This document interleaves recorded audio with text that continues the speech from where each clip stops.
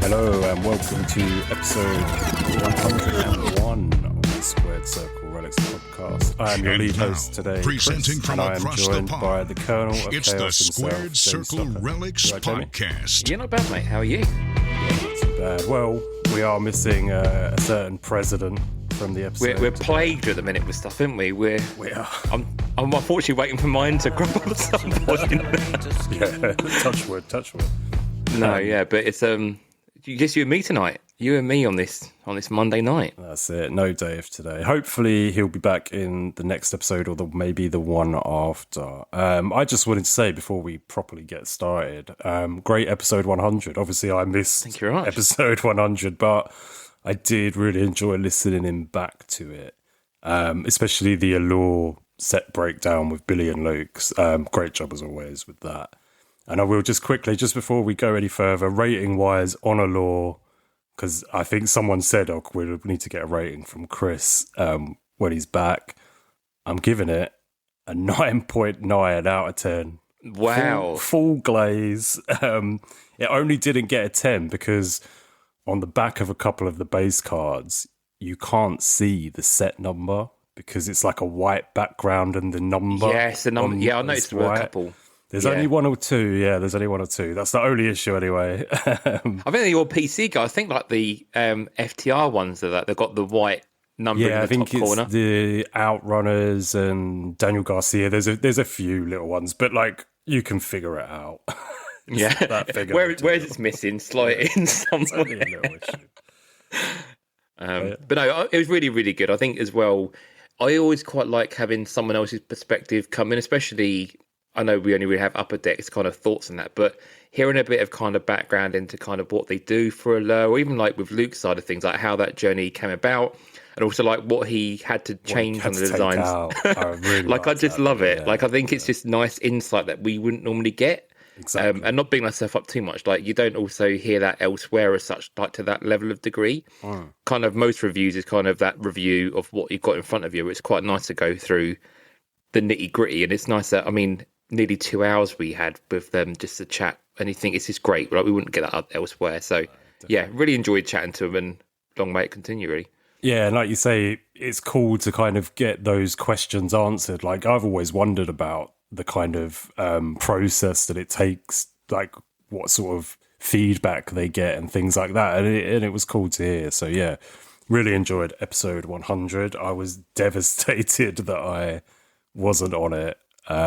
But here we are. We've got a special 101 though that Lloydie will miss out on. So there you go, yeah. It's going to be good. It's going to be good. It's not the same as missing fucking 100 though, is it? We've got 200. That's all right. We'll soon get to 200. Brutal, yeah. How you doing anyway? You all good? Yeah, I'm all good, mate. Yeah, not too bad at all. Keeping busy, which is always good. So, yeah, full move. I say full disclosure, still sitting in the living room for the benefit. Yeah. So, currently still moving through bits and pieces. I don't think I've disclosed as of yet the reasons why, but maybe we'll save that for next time round if people haven't already sussed out. But yeah, still moving the house around and doing bits and pieces currently. So yeah, all good on our side of things. But what about you? I know obviously you missed episode 100. You've had a lot going on, but you're getting over kind of bits and pieces yourself with your back playing up again, innit? Yeah, I've got sciatica, so yeah, I've had some fun with that in the last few days, and my kid's been ill for weeks, so that's why I missed episode 100. But mate, family comes first. Yeah, I mean, things crop up, and we don't have to do things exactly on the same day. Hence why we're doing things Monday. As long as we can work it around as we need to, then we always will. So.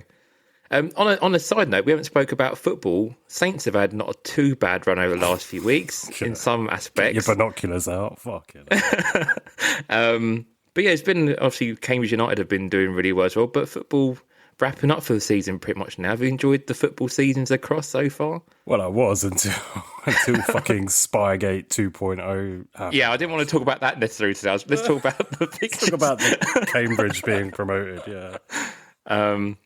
But yeah, no, that was, down to the wire. I said to you, we always think every season we're either getting relegated on the last day or being promoted on the last day or in playoffs. And it was the same like this, but I don't like waiting for results to go a certain way, even the last 5 minutes. Like, hearing it on the radio, I was like, I've got to go out. Like, I can't be in the house listening to it. Where did you go?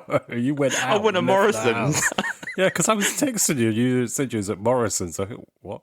Yeah, like it But got to now like the that 85th minute, and I was like, we were still waiting for the other fixtures to finish. I was like, I was can't the be in the worst. house. I've got to go out.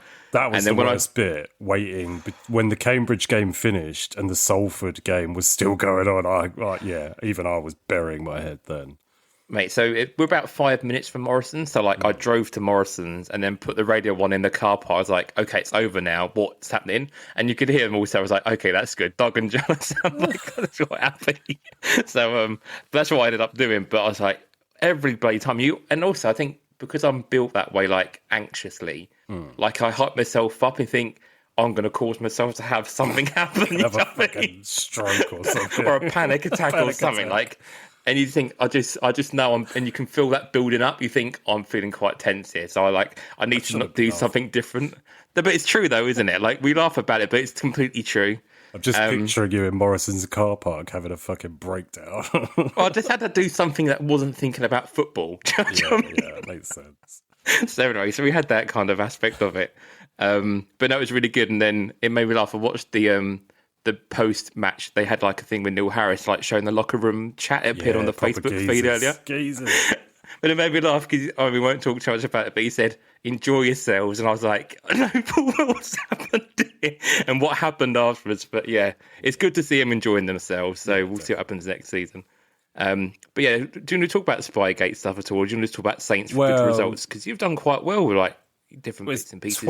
20 games unbeaten at one point, wasn't it? Or 20 games in the Championship unbeaten. Obviously, we lost to Man City in the FA Cup semi-final. But yeah, it wasn't bad though. It wasn't a horrendous loss. Yeah, really. But then since then we've kind of, I feel like we're tired. Do you know what I mean? We've had enough. And then this Spygate stuff has put. It's just unnecessary distraction. And it makes the club look bad. Do you know what I mean? It makes the fans look bad, and it's I'd always much rather be on an even keel. Do you know what I mean? I don't want an advantage, you know. No. And I think a lot of the Saints fans feel like that as well. I don't want to win by cheating. I'd want to win by winning. I think that's what makes it harsh as well. Because I did see one. I can't know if it's TalkSport or someone said that. Saints aren't expected to deny, and you think, God, that don't look good at all. Like, so they haven't denied anything. Oh, they haven't. No, this is the thing. It's like at the minute they haven't. So you kind of think, okay, well, and it kind of makes me wonder how long it's been going on. Do you know what I mean? Like, it could have been going on since this guy came in, but. Yeah, it's really sad though, because like you said, like you had such a rocky time of it, like last year and coming into this year, like you've had such a good run, and it's like you just don't need it now. Like it's been so nice. Yeah, and it just puts a I don't know, a bad spin on it, kind of thing. You know, everyone was praising Southampton a few weeks ago, and now it's completely turned on its head. So joke, yeah. It's not good. But let's move away from football. Well, I'll just say this last thing. There's a sick part of me that kind of wants to see Millwall go up, because we've had Hull in the Premiership before, we've had Borough, we've had Southampton. Millwall not been in the Premiership since it's been called the Premiership. So it'd be, funny if West Ham or Spurs go down and Millwall come up. I just think that'd be funny. But yeah. And then Spurs is going to be interesting. I mean, there's only 1 point clear still at the minute, so we'll see what happens this weekend. See what happens this tonight. Yeah. In a minute. What about wrestling wise? Did you watch any of like Backlash or anything at all this weekend? Or Backlash. Been enjoying those old school backlashes. I did watch Backlash. Yeah. Did you enjoy it? Oh, I don't know if I'd go that far.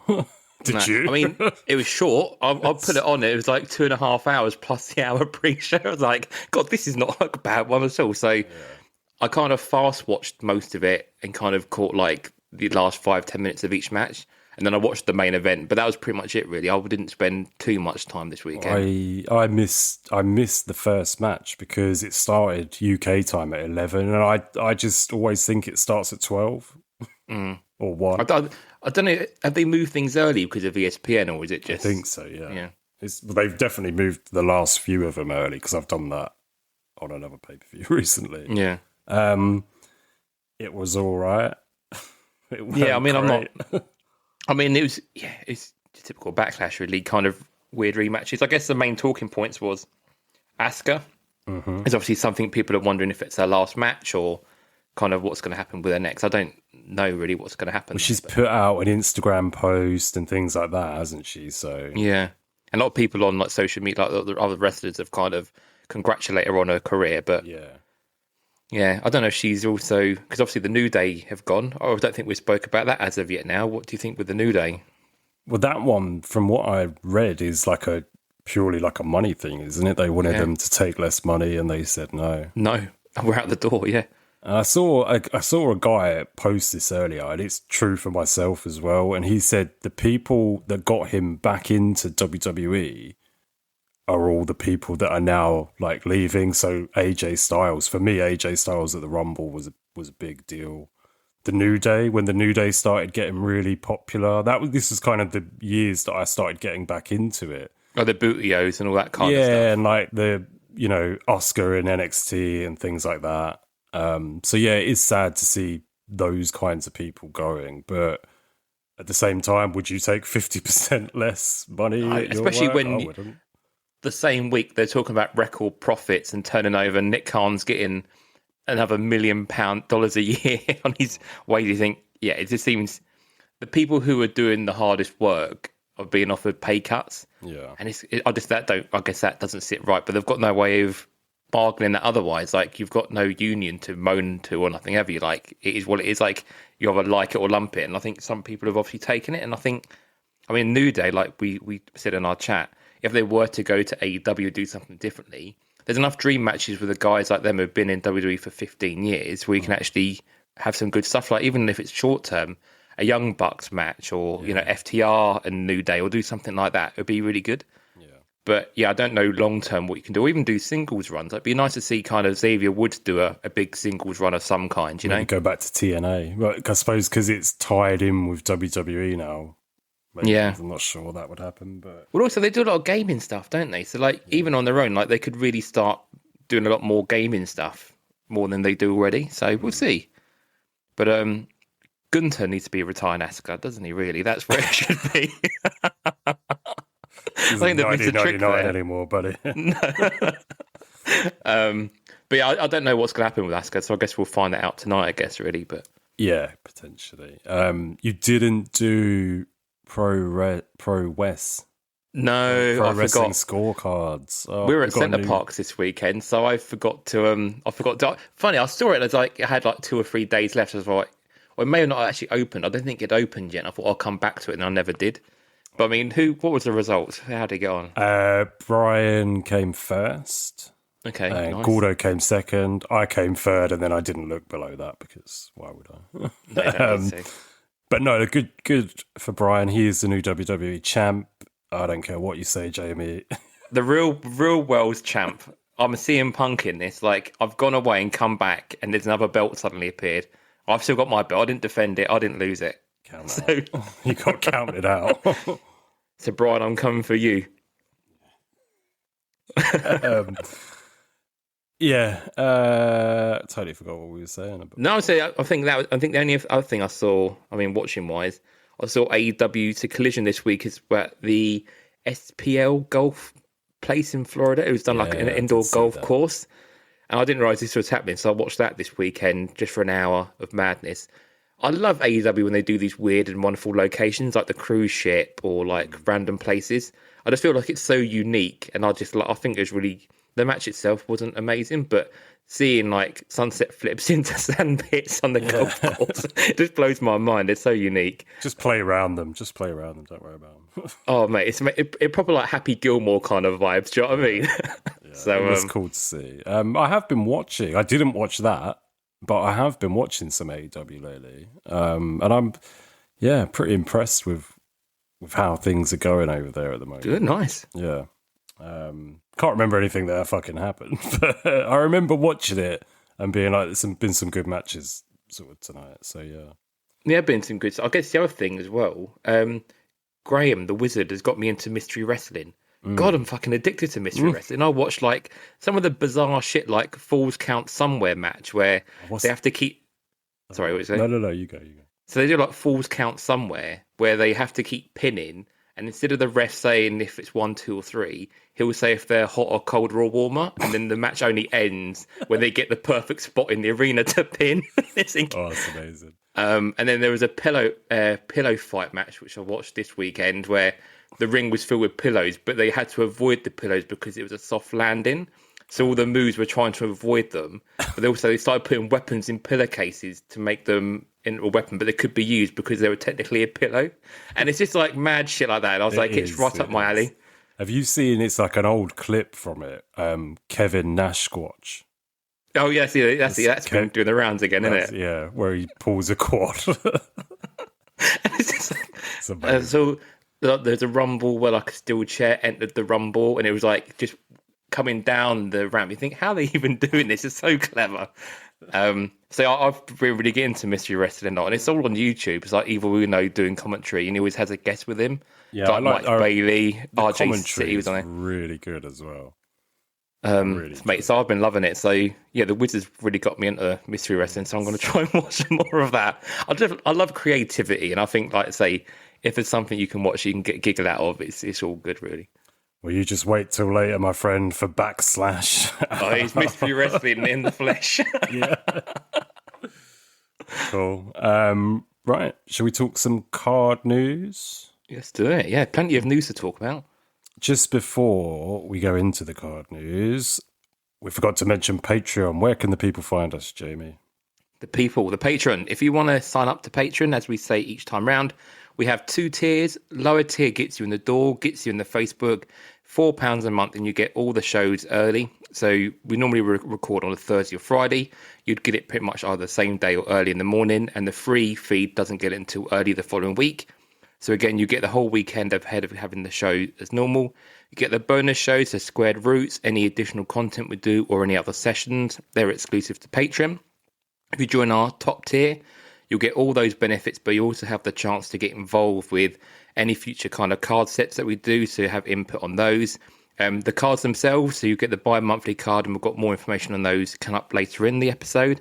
Plus, you'll get kind of other bits and exclusive stuff as time goes by. So both tiers are available. You'll find a link directly on our Instagram feed, or if you go to wrestlingcards.co.uk, it will take you straight to Patreon, because I think we've had some issue because it's age restricted. Sometimes the Patreon app doesn't let you in unless you do your 18 plus stuff. So do the link and that'll take you straight to our Patreon anyway. But any problems, hit us up. But yeah, Patreon is available now. Sweet. Thank you, Jamie. Right, let's talk some card news. There's been fucking loads going on. Fuck, especially with Tops. Jesus Christ. Tops, yeah. Overkill. But first, let's talk. We've had our first SCR Beppe card signed at the Toronto Sports Card Expo. And it was a Billy Celio. I mean, this is pretty cool. We knew that. This is really cool. So the Toronto Card Show is on end of April. And we know that both Graham and Gordo were going to go there as guests. But obviously Billy was there as well. And it looks as though that Graham got his sign. So is he trying to get a whole set? I don't know. I mean, we've only got the small number there, so we may have to find out what the Wizard wants to do. It's pretty cool to have Billy sign our card for us. So, and it looked really good. I thought the actual signature on it looked cool. So yeah. Really, really cool. Right, let's talk some more Upper Deck. Let's start off with Upper Deck this time. We normally start with Tops, I feel like. The fork has been found. The fork itself in general, well, there's a lot of questions about the fork for some time. And I mean, we know a bit more background of it, but we know it was pulled. We know the card shop that pulled it, and they're the guys who have displayed it. What do you think of it, though, in general, like the actual fork itself? Do you like it? The actual card looks fucking massive. It's a big boy. Yeah. It is. Yeah, it looks really cool. Where obviously it's got like the tape on there still from, making it easier to hold. And And they did a really good job of not like I think, was it baseline cards, I think? Baseline cards. They did a really good job of not mentioning that like online or anything, or not posting the redemption, which was probably quite a good thing, because then it made it more special, or made it more of a big deal when we actually saw the card itself. Yeah. Do you know what I mean? Because if you'd have known that the redemption was pulled, it kind of takes away the shine off of the whole thing. But to see the card like straight away when it was announced was cool. And again, I don't know what we know roughly when it was pulled. I don't know how quickly it was redeemed. Had they had it for some time and then didn't redeem it? Obviously, we've had lots of things happen. We've had EPAC come out since. So I don't know if it was already there, and I don't know kind of the long story with it. But the fact it's now live, it's so nice to see. And I don't know how you would display it, because you can't get a mag for it. You can't get a top loader. I feel like you just have to put it on the wall like a picture frame, wouldn't you, really? Yeah, I have no idea. I hadn't thought that far ahead about it. Yeah, there must be a mag. There must be a giant mag. A booklet mag. Yeah, I don't know. Unless you got like a shadow box and got it framed in a shadow box. But yeah, I think like framing or something might be cool. But it's pretty damn cool to now see it in the flesh. And I do hope this now sets a trend going forward. Like, you can do these big chases, you can do these oversized, and people will buy into it. Yeah. I don't think just because it's not pack pulled, why not put these things in it? And we've seen like, in the old days, we're like, Flair were going to do like replica belts. Why not do a redemption to get a signed replica belt as a chase? Like, I don't think there's a reason why you can't do those sorts of additional hits and make it kind of a one of one, do Roman Reigns signed belt or something, like a glove, or do you know what I mean? Something a little bit different would be cool. Yeah. Rock elbow pad. You never see those buggers turn up. How many did Rock chuck into the crowd throughout his career? You never see him on eBay, do you? So yeah, pretty cool. Did you see anything about what the guys are going to do with it? Is it going to be for sale? Does anyone said, or is it going to stay in their PC? I don't know. I know they're a car shop. Are they I don't know if they're the guys who actually pulled it, or were they ones who just did someone else hit it and the guys whether the shop who did it. Yeah, but I have no idea. But I haven't seen anything otherwise. I know people have said that they've had lots of offers come in for it, and people have inquired about it. Yeah. I mean, you've only got to look at their comments thread to say, if you ever want to move this, let me know. Yeah, it's like every other comment. Yeah, it's like literally that. So I don't know, is this something we mentioned before, like with Goldin? Like, is it something that Goldin would go after, or is it something one of these auction houses would try and make a purchase for? If it was me and I had pulled it, I would try and get this signed. I know it breaks the rules of one-on-ones being signed, but this isn't really a card. I would like to get that signed as a proper piece. Would you get it both of them to sign it? Yeah, you'd have to, wouldn't you? Yeah. I think you'd have to have Mox and Page sign it, wouldn't you? Yeah, it'd be weird. And then that really sets it off. Yeah. Well, interesting to see. It's so hard to put a price on it. Do you know what I mean? Like, if you think, maybe it would go for $5,000, or do you know what I mean? It's just no way of knowing how much it would sell for. Oh, it's so unique as well, isn't it? Like, it is a 101, but there's nothing been like it before. You've got nothing to compare to either. So whatever the litmus is, if it does go for $5,000, I feel like you still got a bit of a steal there, really, for something that's a unique piece. I agree. I mean, I don't know what else. I mean, AEW have their like memorabilia stuff for this sort of thing. Like, is that kind of the price that you would buy that for if you were to buy it from a Upper Deck? The Upper Deck memorabilia stuff. Yeah. Scooby. If it does go up, I'll be definitely interested to watch it to see where it goes. I would never buy it, but it'd be nice to see where it ends up. Yeah, I mean, I would be tempted if it stayed low, but it wouldn't stay low. But if it did and it was like low, I would be tempted. But there's just no way I think it would. But as you said, it's really cool to see in the product, and I do think Upper Deck, I think they're going to do this sort of thing again, maybe. Yeah, it obviously worked, didn't it? It worked. People were talking about it. We're talking about it now. People were interested, So yeah, I think we'll see it again. Obviously not at a fork, but maybe we'll get a spoon next time. Who knows? Yeah, the whole cutlery's there. Get a spork. Anyway, staying with some Upper Deck, we did have, it was a while ago now, I think it was the day you guys recorded episode 100, We had match dated moments for Dynasty. I want to say Dynasty, yeah. Did you go in for these? You got a couple, didn't you? Yeah, I picked up, I can't remember if it's an SE one or not, but I definitely picked up a few of them anyway. I've got a few sat in the collection. Yeah, I always do try and get some of the match day moments purely because some of the imagery, we've said this before, is always pretty good. So, yeah, I did go in for them. I'm just going to just run through kind of what I've got actually. 1 second. Please hold caller. So, yeah, I picked up a few of them anyway. And also, let's have a look what I've got here. So, got Kevin Knight, I got Tekla, I got Moxley, and I got the Young Bucks and the MJF. Because they're doing it differently now, aren't they? They're doing it where it's like you get the whole set. They're not doing the single packs now. They're doing the $30 for the whole set, and then you get either a blue or a gold. Yeah, and that's why I got the full SE base set. So yeah, I mean, I generally like this. I do think it's better than, I mean, probably for yourself as well, Chris. I think like where you were trying to buy 10 packs to try and get all the base, and you still never got all the base. At least you've got it of one card. Yeah, and that's what trouble. That's what you get, isn't it? Like that's exactly it. But the other thing with it as well is that 9 times out of 10, I mean, you will get some kind of hit when they do the hits and parallels later on. We like to think you would either. So I think it works out quite well. These SEs, yes, you're paying $30 first, but it's no more than what you would normally be paying to try and get all the base anyway. Set. You know? Yeah, that's it. And I've got to give it to Upper Deck on this. They've been really quick in their turnaround time for giving out the extras, the 250s green and the 210s red and the autos. So yeah, I think it was sort of the cutoff date was say Friday, and then by the Saturday night maybe they'd already dished out all the extras, which I prefer to, like with Tops now. You have to wait in the UK anyway. You have to wait.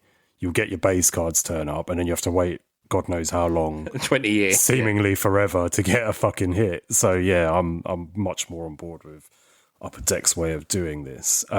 Did you get anything?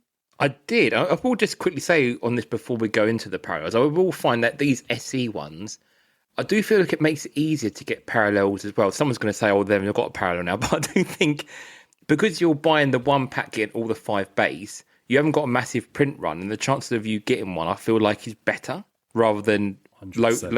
So, I mean, yeah, I got a to 10 MJF, which I'm more than happy with that. And actually, for Revolution, I also got a to 10 Andrade, and it's like I only bought one pack of both. So I don't know if that always works, but like yourself, like you all normally do quite well with these. Well, yeah. Well, I know a guy like yourself. He buys one pack, and he has hit autos almost every time. So he's just been lucky, but it still just shows you can buy one pack and you definitely got a chance of getting the autos. Yeah. With the parallels on this one, I didn't get any reds. I got a to 50 green of Tekla. Nice. But I did get a big hit in. I got a Tekla to 10 auto. Yeah, boom, exactly that. I mean, how many did you go in for to buy as well? Did you go ham or did you just no? So I do go ham, but I want to get the gold. Oh, okay. So fine. I just buy as many packs until I get the gold. I did 4 of these, so to only do 4 packs and to then get the gold, to get an auto was pretty good. And I got offered a 1 of 1 for it of Mox, I think, from the same set. Oh, nice. But unfortunately, I probably would have taken that, to be honest. But someone else took it, traded it already, or like whatever, it got traded. But yeah. Yeah, I think this is definitely a better way forward. Budget-wise, I think it's a better way forward. Yeah. Yeah, I think we'll just see how it goes. Well, you say budget-wise. But I was saying, like, obviously I buy it until I get the gold. The time before this, fuck. I don't want to say how many I bought. Don't do it then. But it was fucking, it was a lot. Really? But then I got like, fucking 9 to 50s and 5 to 10s and stuff like that. So I did make up for it in the end. But yeah. Yeah, I think that's the same with it. Are you going after the blues as well, or are you only after I'm doing the blues and the golds. I'm doing everything. I think that's where obviously you get good rewards though, so you do have to try and go for it, don't you? Really? Yeah, and that's it. If you end up spending like hundreds, like I did that time, you're pretty like you're not guaranteed anything, but you're likely to get an auto or a to 10 or a 1-on-1. So there's definitely reasons to do it. I mean, just quickly before we move through, is that like with the authority, I did try and open up an authority account. Have you shipped any of them to them yet, or are you waiting Haven't until you shipped. get the... No, I've opened an account, but I like to wait till the end of the year to then do the achievements. Do you know what I mean? So I will be 2 this time round. Yeah. So got to keep them in there, unfortunately. Yeah, I think with like the new faces stuff coming through now as well, like that's all authority, and I won't ship those until you get the achievements. But it just seems a different way of working. Yeah? Speaking of which, we had new faces as well, which aren't in the notes, but they did come out. I want to say like Saturday, maybe Friday, Saturday. Yeah, quite late. Yeah, Saturday night. Jamie, you did well on these. I only do my few little packs. It is just the luck of the draw in it. But I did hit the auto for the artist parallel, so it's at a 50 to get the autograph of the artist. I'm not mad keen on the artist autos. I would just prefer it to be a 50 Dustin auto. Yeah. But I mean, it's cool to get. Like, it's a cool hit.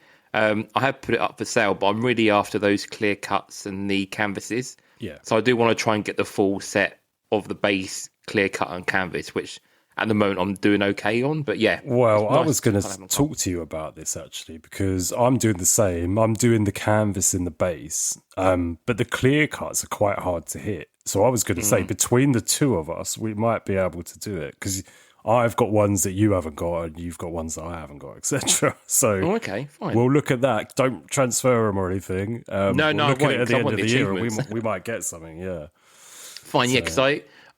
Yeah, because full disclosure, I bought a clear cut for the Dustin. I just wasn't willing to put another $18 or whatever in to buy another pack. Yeah. Mike Roth on the AW group, he's always got good prices, and he had it up for 50 for the whole lot. And I just said, what would you do on its own? It gave me a price, and I just bought it outright, and it saved me taking a chance. So, yeah, I would always say that something. If you are trying to get the full set, make use of those Facebook groups, because people go ham, and then you'll get some good deals. And also trading wise, like if people missed one and you've got a dupe, like just pick those up is probably the best way of doing it. Yeah, and when you're in that situation, people will usually like trade heavily in your favor to get that card that they need. So, but yeah, Faces was Dustin. I'm a little bit disappointed so far with Faces. Who have we had? Kill Switch, Dustin, and Bandito. I didn't really like the Dustin picture. No, Lloydie put it in a way that he was having something shoved up his ass, pretty much. Is how he I just thought it. There's another one. There's like a sketch one, like an image variation type of thing, and that one looks really, really cool. So I just think it should have been reversed. So the main one was really, really cool. But yeah, I'm kind of waiting for Sting or Darby, or do you know what I mean? Someone really. Thunder Rosa, I bet you're Thunder Rosa, yeah, she's on the pack cover, isn't she? So yeah, she's got to be in it. Yeah. And then last little bit of Upper Deck AEW news, we had new arrivals of Mystico. Did you go in for any of these? No, I didn't. No, I mean, I'm not overly. I know it's a new arrival as such, but Mystico's been around the block a little bit. So I'm not. He's had cards in most places, so I'm not overly worried about Mystico. If you're going for the achievements, then I guess you would pick it up. But yeah, I didn't bother picking these ones up. Well, I picked up 3. Okay. Because that's what I've been buying as like my sort of base level, so I can get 3 base achievements. And I got, when they gave out the parallels after it finished, I got 3 to 25. No way. Mystico Red, so I've got a couple of spares there. I mean, that's good trade bait, though, isn't it? Ultimately, like if people are after it, just it's where you can get those little wins, really, isn't it? Yeah, yeah, absolutely. But I do have a slight issue in between new arrivals and match day moments. Make the colours and the parallels the same. Don't do red to 25 and then red to 10, because then I'll try and do a trade and I'm like, red for red, it's fine. And then the guy's like, yeah, one's to 10, one's to 25. And I'm like, oh, shit. Mate, I have the same. So they do the 2311 NASCAR ones for Tyler Reddick whenever he wins a race, and their to 10s are blue. And it's like, oh, I've got a couple of blues. And you think, oh, actually, no, they are the to 10 rewards. Yeah. It's so difficult. And again, like blues don't mean the same for new arrivals and match day moments. It's all just. I think they should address that and sort of just make the numbers mean the same thing. Yeah. Anyway, small things. Yeah, but it matters, Chris. It bloody matters. It does. Same as the numbers on the backs of the cards. Right, shall we talk some WWE and tops? There's been a lot going on. So we'll start with the main thing that's come out recently, which was Topps Royalty. I mean, we've seen images of it and pictures of it going back a year. We finally got the box in, not our hands, but in people's hands, in breakers' hands. It retailed at $7.50 a box, but it's kind of like doubled on the resale market. I'm 50-50 on the set myself. I like aspects of it. I really like some aspects. And then other aspects of it, I'm a bit, Yeah, I think I'm kind of leaning the same. There's a lot of love for it, and I don't maybe understand all the hype for it. Like on Reddit and like in like different groups, like WhatsApp groups and stuff, like people are like proper into it. But I just kind of think, for me, it still doesn't feel distinct enough from the other things we've seen. Like, if you showed me a card, I would think it was from Elegance or from Universe. Like Exalted, you mean? It's Exalted, sorry. And like even like the Universe stuff, I feel like it's so similar in design and coloration. I would think it was just a parallel or an insert from one of those sets. Yeah. I feel like I would want something a bit more distinct. And I haven't had these cards in hand, but for what we've had kind of from the luxury line of things from Topps in the past, I don't feel like it matches up. But yeah, I mean, it's got good reviews. It's all on card. And at the moment, I've not seen that many redemptions, I don't think, either. It all seems to be that, although it's been delayed, they have caught up and everything you're hitting is actually in pack, really. So it's always good. Yeah, I kind of, as I said, I'm 50-50. There's some really, really nice aspects. But so what do you like of it, mostly? So it's, like things like the Undertaker casket relics, I think they look really nice. There's certain auto subsets that the cards look really nice. A lot of the ones I don't like are like the gold foil kind of darker cards. Okay. I just think they look a bit cheap and not necessarily reflective of the price that people are paying, because $7.50 a box ain't cheap. No. And I've heard people comparing it to Undisputed and stuff, but the price difference in itself is it's almost double what Undisputed was. So yeah, and I think that's Undisputed. Obviously, you had a lot of hits, but they weren't kind of all massive hits. Like you kind of did have like different cards within it. Yeah. I think if you're going to do the high end, I mean, it's not the biggest thing we've ever had, but even kind of like your fully loaded type things, that was a relatively cheap product for the same kind of stuff you're getting. I don't know. I feel there's a disconnect between the price versus what you are getting in hand. Yeah. And I feel like we've had more luxurious stuff at cheaper. Even like Immaculate and Impeccable was an expensive product, but that felt distinctively premium. Does that make sense? Like it felt like you were getting something that was quite hard, but I feel like we've got a very similar checklist, very similar kind of relics. And also the relics we've seen them in cheaper product this year from Topps already. Yeah. Like I find it strange that we had like Kevin Owens on his inscription for the earlier product, that it was a John Cena short relic that he wore and wrote that in his inscription. And like the WrestleMania announce table stuff, I feel like that was like not even announced as that, but actually that would be perfect in royalty. We could really pimp that up, or even have the guy sign that announce table piece and put it in royalty. Like do something that is quite distinct.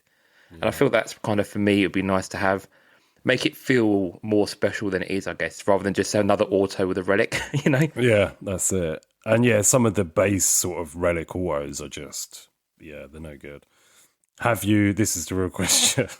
Did you buy it? No. Have you been No. any breaks, or have you picked any up, singles or anything? No, I'm the same. No, I've been watching breaks and whatnot, and I've been kind of just flicking through and seeing kind of what the hit rate was. Purely because, I mean, we haven't discussed yet kind of which review we'll do this month. I don't expect we'll be doing all the product reviews, but I guess royalty might be the one that we deep dive into. So I'm kind of doing it for that background stuff more than anything really.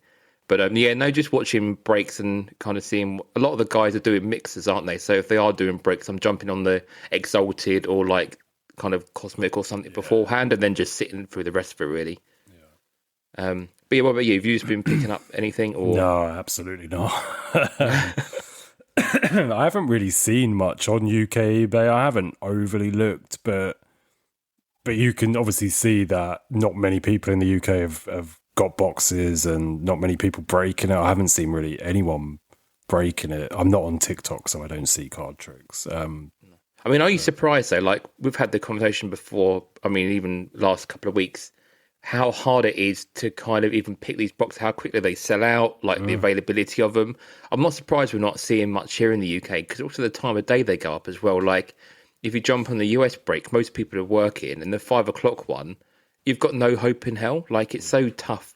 And if you did have $750 to buy a box, I mean, you've really got to be enjoying what you're doing and loving the product for it. Like I could easily buy something for $700 from royalty that I really liked. Like I probably could get a nice Austin Auto for that price and something else. Yeah. So it's a really weird product, and I don't know if you're not breaking, who's it aimed at. I don't really know who would be buying it themselves if they're not ripping to sell. So yeah, very strange. Strange one. I'll be interested to see Dave's take on this. I think he liked it, didn't he? I think he said in the chat. He said it felt very. I mean, he said it was very gold. I remember he was kind of talking about that, and he said it was very colourful. And I think he really enjoyed the design of it. But I don't know if he's bought anything or gone into it heavy. So we'll find out soon. Some more Tops news. We've had 8 million different Tops Now cards since I last did the show. There's too many to name every single one. Have you bought anything recently? Have you bought any of the Tops Now? So I thought about, I mean, WrestleMania, I did think about picking up a few of them as they come through. I thought it was quite nice that you had a nice mix of stuff. We had, as always, we had like the parallels, but there was different autos. Still the same kind of people autos, though, like Liv or, you know, whoever it was. Rhea, like Roman. They must have a whole load of stickers and people who sign stuff. I like the IVs. I thought like, not that I picked them up, but Dennis Rodman. There was like the Dennis Rodman, but the IV was him in his NWO gear in WCW, and it was an image you've never really seen before. So I quite like the IVs, and especially like Finn Balor, he had the Demon, and it was the Demon entrance as the IV. So I think they would be quite nice to chase, but I didn't pick anything up in particular. They've gone ham. They've done like all the Raws, SmackDowns, NXTs. I mean, anything that happened, I'm surprised they didn't do like one for that commentator who just sat down there, the multi-millionaire crypto man, having his first Tops card, because everyone seems to be having cards these days.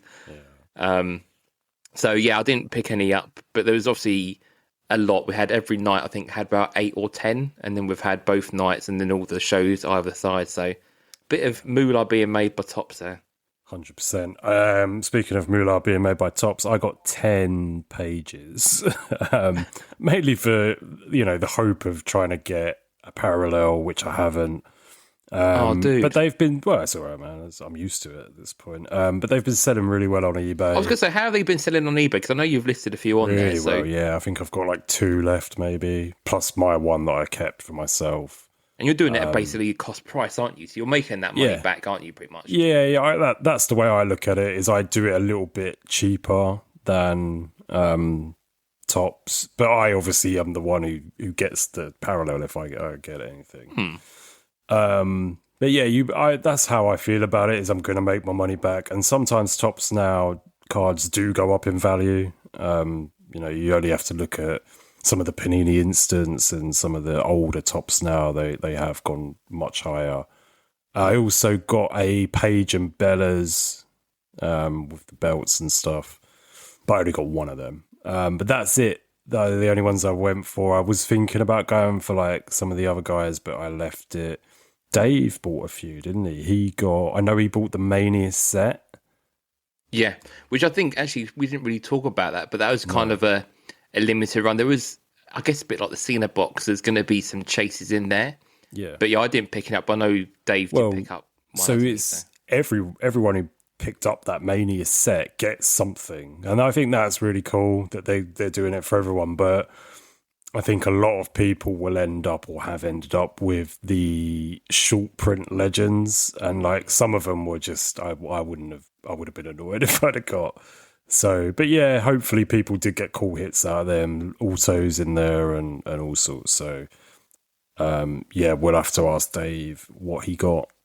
I don't think there's no second wave either. It looks like they all came out at the same time, and not one load was not very good, and the other load was loaded. Yeah, that's it. But yeah, that's it for tops now. And then here we go. Overkill tops Chrome. We've had. Should we try and work it out? We've had Hobby, we've had Blasters, we've had Megas, we've had Logo Fractor. Did you guys talk about that? No, we've not done. We didn't do any news last time round. So yeah, this is all new topics. Logo Fractor. There was Breaker's Delight, wasn't there? Breaker's Delight. We've had Sapphire. First day for Chrome. So then now we've got Logo Fractor, Cosmic, and Sapphire. It's like fucking seven. Do you think this is better or worse? I mean, obviously last year we had the same iterations plus Cactus Jack at some point, and like the different versions come through. Is this too much of the same product? I think their saving grace is that they've changed Sapphire in terms of last time the base cards were just blue cracked ice, whereas this time I think they're like a completely different image. You know, it doesn't look like those tops Chrome. It looks like a different thing. And it's the same for Cosmic. It looks that much different that I like it. The Logo Fractors, I'm not too fussed about. I don't, I'm not too fussed about them. But with Sapphire in the UK, I don't know about overseas, but in the UK, they did finally do EQL for the pre-order. Yeah. So I went for one and I managed to get one. Nice. That's good then. Well, I don't know what I'm thinking really. I opened a Topps Chrome Hobby box from this year and it was hot garbage. I opened 2 Sapphires last year, hot garbage. And yeah, so I don't really know why, but it was just like EQL. I missed out on the Toy Story 30th anniversary box. I missed out on it too. I went for it as well. Yeah, I was kind of more done in about that than if I'd not got Sapphire. But yeah, so lots of different Topps Chrome. Yeah, I think there's some. I mean, I'm not overly mad on all of them. I think the Logo Fractors, is probably quite more seen as a WrestleMania special. They're only at WrestleMania. You had kind of. So, I mean, the autos within that are actually quite. Some of them are only available in that set, which is obviously a bit more of a chase. But they also look quite loaded. So I do feel like as a product, whether they're there to entice people to want to buy more top stuff in the future, give them a bit more loaded boxes. Lots of 101s in Logo Fractor I saw as well, and lots of decent autos. So I do wonder if that's a bit more of a clever play by Topps more than anything. But yeah, I haven't picked up anything else separate from this. I think, like you said, with Sapphire, there's enough difference there to make me think that actually it feels a different product. But I hope this is the end of Chrome. Like, I'm happy now to move on to something else. 100%. Yeah, and also we're only in May. Like, this is all in a span of about 6 weeks. This has all come out. Overkill, yeah. Well, I mean, we've had since in 2 or 3 months, we've had all of these releases plus Exalted. And we went through so long last year without any products. So yeah, it's just been a bit. But also think as well, those products that have come out this year before Chrome, they're in the distant past now. Like, we've totally forgotten about what was in them. The prices have already started dropping on them. Like, I've seen some cards of big autos, which were like, good example was like some of the time to play the game autos. They've been listed been relisted and had $1,000 dropped off them. Like they are already being dropped because other things have come along. Yeah. And you just think, actually, we had the conversation about the John Cena, that John Cena one I was looking to move. Had I now tried to sell that now, I would have got nowhere near the price I think I got when I sold it or when it first landed. I think it's just been forgotten and it's old news. And I do worry that a lot of these guys who are spending lots of money in breaks, I just think they're going to get forgotten as other stuff comes out so quickly. It doesn't have time to settle as such. Not like AEW stuff where you've got people still getting their boxes the first time round or buying new product. There's nothing else to think about, really. Yeah, you want maybe at least a month, 2 months in between each release. I get it, you can't do that with Topps Chrome, but yeah, the others, I think, Exalted and Royalty and stuff should have been maybe spaced out a little bit more. And if you're a breaker, it's great for a breaker because you can do mixers and you can continue doing breaks for months and months and not use up all your stock. Like if you only got a case of Royalty, for example, we can do one Royalty and a load of Chrome of different varieties and you're going to get people buying those spots. The autos and checklist is identical, so it's pretty good on that perspective, isn't it? But as a buyer for you and me, like there's just no time to breathe and no budget. Like I haven't got the money to buy anything else. I would love to buy a Chrome, then a logo, or buy something else later on, but you just can't realistically do it. It's really difficult to try and navigate. And again, with Upper Deck side of things, at least you've got time that, okay, there's nothing now coming up, I'll then pick up some more match dated moments, so I'll pick up another box or a lure at a later date or something and not feel that there's pressure there. Well, with Upper Deck as well, where they have E-Pack, I feel like that fills the void a little bit. Do you know what I mean? It's always available, and they kind of release it staggered in between physical and E-Pack. So yeah, I think that's a little bit. I'd love to see Topps do something like E-Pack, but I don't see it happening. Cool, right? The last they do. It's Top Slam. Top Slam is Topps' version of it.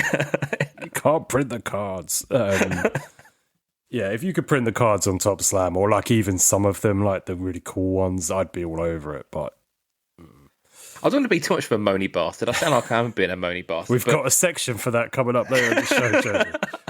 Just really quickly, buyback stuff. Like, I do think buybacks has got the positive side of things there. That obviously you get that cash to buy back.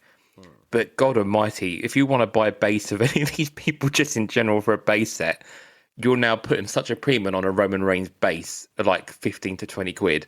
Yeah. It seems so criminal to be buying 99p singles and then 120 quidder because people know it's worth £20 buyback. It's not good for the base set collectors, unfortunately. No. I had a bit of a result on these actually when I was at the London card show. I don't think I've done the podcast since. No, you haven't. No. It was just after Chrome came out, and I picked up 2 lives and a Roman for £3. Nice. So I didn't. I'll be completely upfront and honest. I didn't even know what the you buybacks PC a were. bit of these guys as well, don't you? That's it. That's the reason I bought them. Maybe my mate PCs live, so I always, when I see stuff at shows and that, I always pick him up like base and shit like that. But yeah, it might not go to him. It might go to Topps, unfortunately. But I will say as well, like. I did see on the Card Tricks announcement that Chris at Card Tricks will also buy back from you. Yeah. So if you can't get to your local Fnatic store, he will give you 90% cash value of those buybacks. If you have got a few, he will then give you cash in your pocket. So it gives you an option on it. But same principle, it's kind of like, man, like it really puts a premium on these base cards and people are going ham to try and get them. Well, last year I kept, I was going to, do the buyback thing, and then I just never got around to it. So I have got the base cards from last year's buyback, all 4 of them. Because obviously it's only the winners, but I didn't know who was going to win. So yeah, I might have something a little bit rarer there one day, and no one can find a Jey Uso or a Charlotte Flair or Tiffany Stratton or whatever. Well, that's it, because they don't all come back round, do they? Like only a few of them come round as buyback. So that's it, yeah. Cool, right. The last little bit of news we really needed Dave for, because he was championing this like a motherfucker. He's trying to help out our good friend KGust61. It was the March Madness tournament that is run by Nick at the Crazy Card Collector. And yeah, as I said, Dave championed K-Gust everywhere he could. I was like on certain different Facebook groups, and yeah, I think that definitely helped. And he won the whole damn thing. Yeah, and it was also it was a knockout tournament, so like the World Cup had all the rounds, and it was independents and obviously big companies, but K-Gus saw them all off. It was all public vote, and as it gets to the closing stages, you got the semis and then the final one won the vote. I think it was quite tight at one point. I mean, we're not talking hundreds and hundreds of people went in, but it got to a point where it was 50-50 and it was just tipped over, and then the final he kind of ran away with it overnight. It was mad to see this big splurge. I think I think there was hundreds in the final, wasn't there? I feel like there was. I didn't see the actual final as such, but I know that it was quite tight. I feel like it was at one point, and then it wasn't. Yeah, man, but really good. I do hope though, because I say Nick's always been quite good at championing on his Instagram feed, all the weird and wonderful sets. We mentioned before, even our SCR cards, he's listed it and showcased kind of our Patreon cards and stuff and really shown them off. So I do hope that K-Gus gets some kind of rub and it kind of builds his profile up more than it already has, where people go back and look for his singles or buy into his charity packs and his hit packs and stuff. So yeah, anything like this is good promotion, is always good promotion, regardless of where it comes from. So yeah, well done to K-Gus. Yeah, big congratulations on the win. As you said, he beat Tops, he beat Upper Deck, he beat everyone. So yeah, massive congrats to him, and we'll hear what Dave has to say about that next time. Cool, right, that is about it for card news.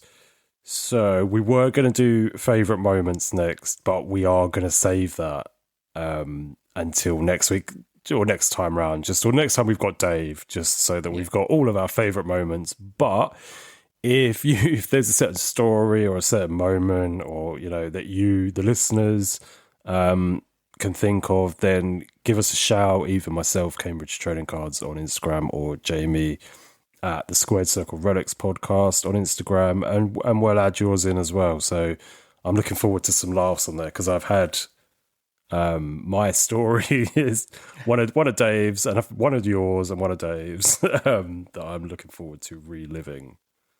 I think as well, if we can, obviously I'll try and clip those as well. So it'd be nice to kind of, if we have a section, then we'll just drop those moments in, or we'll maybe put them up as bonus clips on our free feed. So if we talk about a clip, we can then hear them back.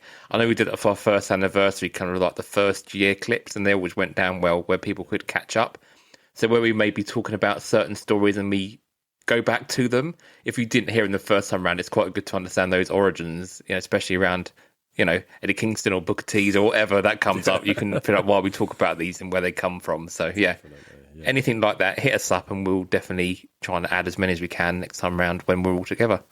Sweet. Right. So purchases. We shall do some purchases. And Jamie, I'm coming to you first. Well, you've got to come to me first, necessarily. No, I mean, I've been a pretty good boy, really. I will blame you for a little bit, but we'll go through kind of some bits and pieces first. I'll blame you, yeah. So I'll blame Sam as well. So I picked up a Kane relic, so a Fleer Kane relic. It's a nice, from Ringleader's The Aggression set. It's a red patch, but it's also got some red and white writing on it, which I think is part of his big freaking machine t-shirt. A nice multicolour relic on that one. I picked up a nice error card. So I picked up a Bryce Remsburg auto, where the auto is upside down. I think we mentioned this on the pod before, that a couple of these are cropped up. But the guy had it up in Ireland, and it turned up. I was like, you know what? I've got to buy this just for the weird AEW PC. So I've got a nice upside down Bryce Remsburg auto in the collection. And also for my red canes, I've got a thing for red canes. I picked up a Select Concourse and picked up the 99. So it's the red and black. Yeah. And it's the cane from the 03 period. So it's quite nice to have the black and red. So that's kind of my eBay purchases. Chris, with the eBay money bits and pieces, I put some in savings. Wait. Are you blaming me for making you money? Is that what you're doing? I'm blaming you for this, Giving you money. Giving me money. I'll keep it and give it to your missus if you want. No, I put a lot into a pot. but I kept a little bit back for my kind of spend. But I bought a pack of game used. I thought, you know what? So I bought a game used on e-pack. Oh, right. I mean, it's like you were saying earlier, like having e-pack there is good, but also if you do hit nicely, like you are going to hit quite nicely with game used. I don't know what it is for this woman, but Willow Nightingale hit me again in game used. So I got a to 5 in my own game used, like the auto relic. Yeah. In this game used, another to 5, but this was the canvas of 2025 to Willow auto. Oh, so wow, I've got now both to 5. So I was like, well, I can't complain at that. So I've now got Willow in game used twice, and I got the Willow auto in SP, was it? Not SP, it was Allure last year, the crowd reactions auto. So I've got Willow in that as well. So Willow is following me around in these e-pack releases. But yeah, both 5s. You know, I don't think there's any other kind of that crowd reactions auto is massive odds on them. They are I love it. Pack odds. And I've also tried to pick up some of those secondary as well. I really like I say, there are a massive odd hit. So yeah, it's not numbered, but it's a big chase. So I'm really quite chuffed. And Willow, on PC and Willow, I think I'm on the Willow train. So, so yeah, the Willow tree. So yeah, I'm quite chuffed with that. I will say again, I also got another Willow. I got a green Willow relic in that same box, like just a black patch. So yeah, Willow's all the way for me on those. So, but yeah, so that was my kind of big purchase. But that was courtesy of eBay from you, really. That was something I didn't expect. So. You sold a base set or two, and that kind of covered that. So yeah, cool. We won't go to Dave. We'll come straight to me. Right. So during episode 100, as I said earlier, I was absolutely devastated that I was missing episode 100. There was nothing I could do to not to be here. So yeah, when I was where I was, I ripped a box of AEW game used whilst you guys were talking to Billy and Luke. And ironically, when I listened back to the episode, I can't remember why you were talking about it. Maybe when it was like who Billy had met and stuff, but someone, either Dave or Billy, was saying about Anna Jay. Yes. And how Anna Jay is in real life is obviously, you know, whatever, beautiful, whatever. Yeah. That was my auto. No way, nice. Yeah. It was one of the autographics or whatever they're called, the on card. Oh, they're nice. Really, really nice card. And I've had some shit offers for it on ePack since. But yeah, that was whilst you guys were recording, because I was just jealous that I wasn't going to do it. So I opened one of them. Nice. Oh man, this is a Dave joke. I had it ready. I could save, I suppose. But I was going to ask Dave, what's your favourite kind of tackle? Well, we all know Dave's favourite kind of tackle. It's John Cena's shoulder tackle to 10. Oh, nice. I picked up a John Cena shoulder tackle to 10 card from the Cena set. It was just a cheap random pickup on eBay, like 15 quid, I think. Nice, that's good though. For it to 10, yeah. So I've kept hold of that. Did you rip your Cena box yet, or have you still got it in your it's fish? still over the pond, yeah. Mate, what that could be sitting on something nice in there, or something. Yeah, that will be fun when I get to rip it. Yeah. As I mentioned a little while ago, London Card Show at the XL. It was a big show. Was on the 15th, about a month ago now. Really good time. There wasn't I didn't see a single table that had just wrestling, which was a bit of a letdown with how big the show was. And the sports area, I would say, was like a third of the size of the rest of it. The rest of it was all Pokemon and TCG. Okay. But yeah, not one single table that was just wrestling. They needed us there, I think, to do it. It does show you though, like actually, I guess obviously there was sports there. It's quite interesting to know where those aren't there and actually what your demand would be if you did have just a wrestling table. Yeah.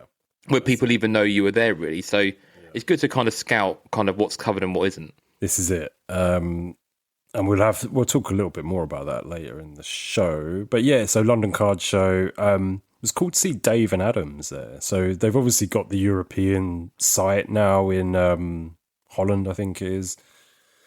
But yeah, they had some really good deals. Come down the Thames to the XL, take it back to the Holland. But they had some really good deals on wrestling. They had Cactus Jack for $190, I want to say. And they had AEW Metal 2022, so the oldest one, 40 quid. That's good. Really good. They had more than a case. I think they had 2 cases of it. And I was really tempted, and I should have. Woof woof. I should have gone for the case instead of.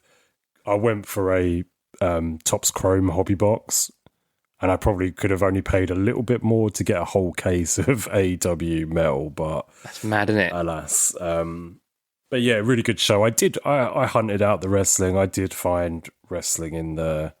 Nothing major though. I wouldn't really say I found anything like crazy. I saw your Cena 1 of 1. That was probably the craziest thing. I mean, I didn't really ask how much it was though. No, that's fine. I mean, look, I guess ultimately we had this. I'm happy to have this conversation on here. Like, good. I agree the price. I was happy with the prices we come through. The guy who bought it from me did bargain with me a little bit and kind of was comping against other top stars. And obviously I agreed that I was happy with the price. Yeah. I guess what disheartened me was that it was then put straight up without a price on it. And you kind of think, I just found that, it's prerogative, but it's interesting seeing how quickly that was flipped. And we did have that conversation between us, and Lloydie said the same thing. It's like, if you do a certain price, someone will flip it. Yeah. And the price that you said to me, like, that's pretty much the price I agreed on. He's flipped it straight away. But when the market is dictating that those kind of tops now finishes are around that price, and where the last Cena was around that price, it is the price of it. But it's interesting to kind of see that was in a case straight away with no price on, where actually, even if he added a couple of hundred onto it, it was still only going to be roughly where I had it originally listed, and he could have put that as a price on there compared to anything else, Yeah. And if he gets a profit on it, good on him. Like, I was happy with what I got ultimately. But yeah, it's just interesting to see how it comes up. And I'll be honest, that was... I spoke to the guy and had a conversation with him. He's a nice guy, and he's at most of the card shows, and he's always got a little bit of wrestling. I bought my Photogenic hobby box off him at one of the other London card shows. But that was kind of the reason, what you've just said there, was kind of the reason that I didn't ask how much it was, because I didn't want him to turn around and go, oh, it's up for $1,000, or do you know what I mean? Like, and I'm like, oh, that's kind of shit. So I just left it, and for all I know, I don't know if you know how much he had it up for. Did anyone tell you? No, I mean, if it comes up, then I can't really go up to his own table at a card show because he'll know it's me. Yeah. But it'd be good to kind of get that litmus as to kind of what he thinks it's worth at a card show. Because obviously people in groups aren't going to see the price it is on a table, and everything always has a premium at a card show. But like, if he's got no price on it and people look at comps, he would end up having the same conversation that he had with me to buy it from me. That's it. Yeah. So he's only really going to be, if people go down the comping route, get the same prices, and then it's up to him if he agrees to take that. Yeah. But it's a difficult situation. But if you put a price on it, people will either want to pay that or not. And I think having no price, you leave you to the point where you're not going to make any money. Like, people are going to be in the same boat that you sent me. He sent me screenshots of prices, and that's it. So yeah, it's difficult, but it's nice to see, I guess, in some ways, that you are getting high end of wrestling at these events now. Whereas 2 years ago, we didn't have anything like this where people would even entertain paying 700-800 quid for a card, Absolutely. So, yeah, 100%. But yeah, good show overall. Just, not enough wrestling. What else? Did some breaks. I did one break. So I'm back off the wagon. I'm back on it now.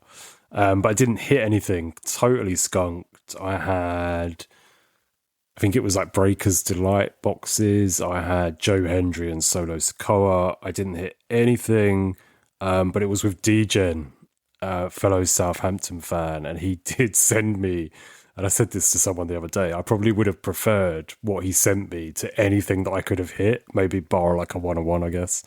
But he sent me a Graziano Pelle, who was a Saints player about 10, 15 years ago, Obsidian to 44 red shirt relic. So, Yeah, big up DJ, and it's good to see some wrestling back in the UK on Whatnot. He's doing it via FC Breaks, so look out for those guys on Whatnot. Nice. Oh, and then the last one I can't really talk about now. So I had bought something on eBay, but it's all gone tits up, and I'll just say I had to contact eBay customer services 3 times in one day, all for different stuff. So I did not have a good day that day on eBay. But yeah, maybe I'll be able to talk about that one next time, but it's still kind of up in the air at the moment. Okay, we'll wait and see. Watch your space for that one. Cool, right, that's it for our purchases. So it's time for Backlash. Come on, Jamie, give me your best Backlash. Backlash. Right, so this is our coffee break that we have each episode. We have been doing our own Fed. Me and Jamie are the commissioners. Dave is a wrestler. And I will say a couple of things just before. I'll say a few things before we start. I wrote this. I like to write these the night before because otherwise I have too much time to think about it. And I fucking hate it. It's shit. Which is how I feel about this now. So I'll just put that out there. Obviously, I was meant to be on Mania, so some of these matches were meant to be on our WrestleMania. Whatever, they're not. But they would have made more sense if they were. And there's not much wrestling going on here. I'm not going to lie to you. There's very, very minimal wrestling. There's lots of shenanigans, is there? Lots of shenanigans going on. Very mystery wrestling. And yeah, if you don't enjoy this part of the show, then skip it 20 minutes because this is just me doing the show for 20 minutes. Carry on. It's just, okay. I remembered. Oh, okay, write it down. Right, okay. So we are here, not for Backlash, but for Backslash. So that is our pay-per-view. It is coming live from, give me a random city in America, please, Jamie. Wichita Falls in America. Cool. So we start the show off. A VT shows Sunday Night Heat, which happened a little bit earlier, before the pay-per-view. And we see Logan Paul. He's knocking on the Extremitus Champion's door, his dressing room door. Knock, knock, knock. Smoke bellows out of the room. The door closes. We hear laughing and joking. So who knows what they're up to in there? I couldn't tell you. I don't know what they're up to. And we're kicking off. Oh God, there's a line between laughing and giggling. What were they doing? Bit of both. So we're kicking off Backslash with the tag titles on the line. The Street Profits got shit canned at Mania, so they're still MIA at the moment. But somehow we ended up with a tag title match between the Hardy Boys, Edge and Christian, and it was supposed to be the Street Profits. But it's not. It could only be team of... It's the Bushwhackers. Luke and Butch. So basically... So imagine, this is me and Jamie turned this into a TLC match for WrestleMania, but, grandest stage of them all and all that. Anyway, it's a TLC match for the tag titles. And all the spots that the Dudleys would have been in real life, imagine one of their matches, these guys, it is now the Bushwhackers instead. But the issue is they're off their heads. If you've seen the Bushwhackers, you know they're off their heads. Licking ladders. Yeah, well, we're going to get there in a sec. So every time there's a spot that the Dudleys would have been in, it's the Bushwhackers, and they're nowhere to be seen. They are off licking kids' faces, doing their march. Do the march, people. They're roaming about the ring. They're licking each other. Now they're in the crowd. Now they're on the opposite sides of the arena. One of them's marched out the arena. It's pandemonium with the Bushwhackers around. So we have both Edge and Christian and the Hardys. They're just getting on with the match as normal. They're at the top of the ladders. They've all got a hand on a belt. So there's 4 hands on the belts. And then out of nowhere, the Bushwhackers are back in the ring. They're marching. They march past the ladders and they accidentally, poof, they knock the ladders over. All 4 guys go onto the outside of the ring. They're KO'd. But the Bushwhackers are still in the middle of the ring, just marching around until they realise that they actually have to go and retrieve the belts. The crowd is going nuts for this. Everybody's loving it. Everyone's licking each other. It's good times all around. And then they go up to the top of the ladder and they get the belts and they are the new tag team champions. The Bushwhackers win it all. Just as they win, some music hits. It's the Nation of Domination. It's Big Vis and the boys. They come down and they embrace the Bushwhackers and they walk them with the belts down to the back. Wow. So that's that one. Super Extremitas title coming up next. We saw Logan Paul earlier chilling with Rob and RVD comes out. He's looking good. He's jumping about. He's doing his normal thing, one of a kind, all that stuff. Logan Paul comes out. His eyes are bloodshot to fuck. He's eating a bag of flaming hot Cheetos.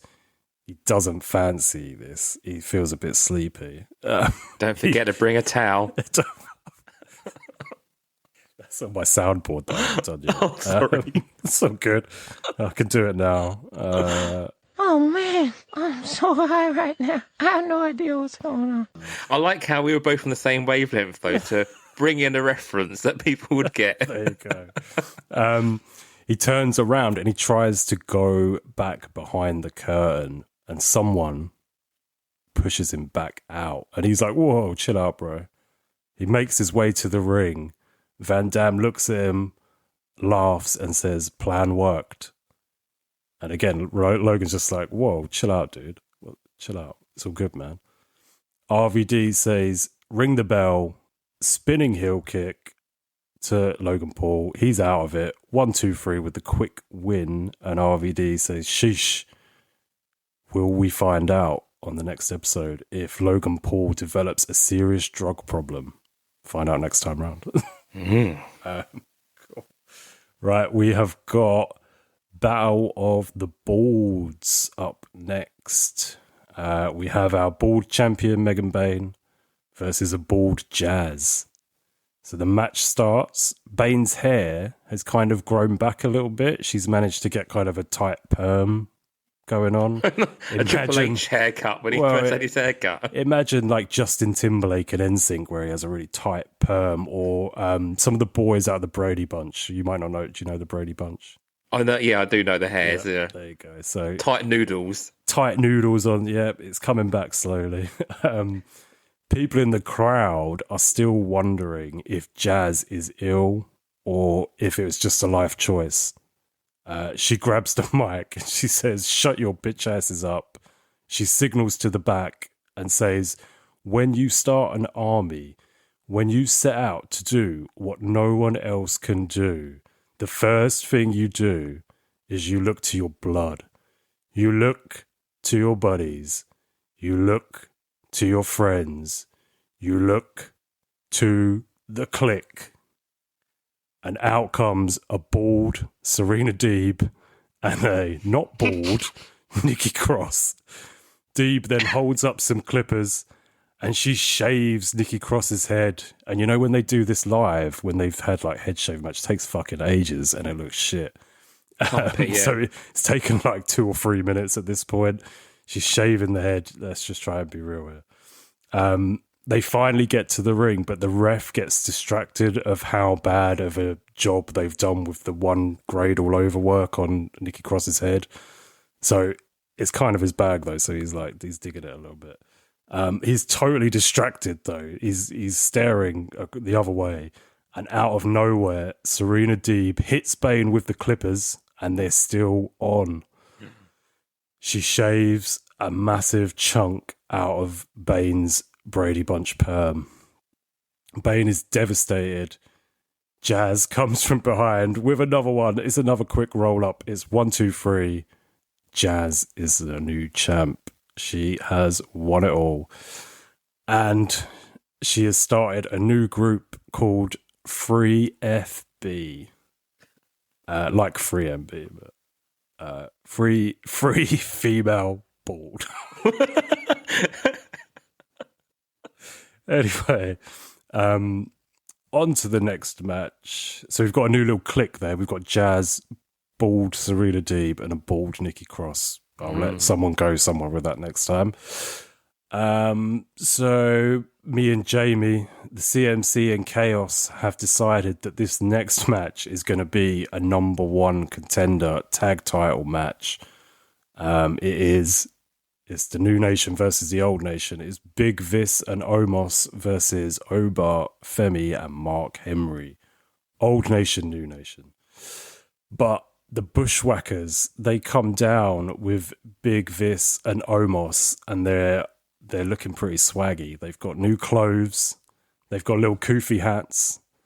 There's some cultural appropriation going on here for sure. But they are in the nation with Big Fist and Omos.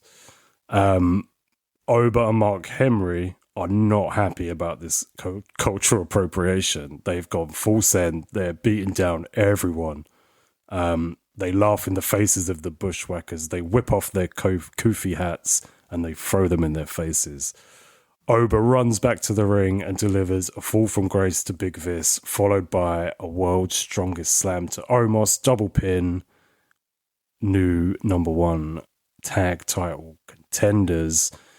The Nation gather in the ring and hold up the tag titles that aren't even theirs. They are the Bushwhackers, and the Bushwhackers are confused right now, wondering if the Nation are just using them for their new claimed gold or if they're really a part of the Nation. We'll find out at the next pay-per-view when we have Obafemi and Mark Henry versus the Bushwhackers for the titles. Book it. Right. Next one, we have the Intercontinental Championship match between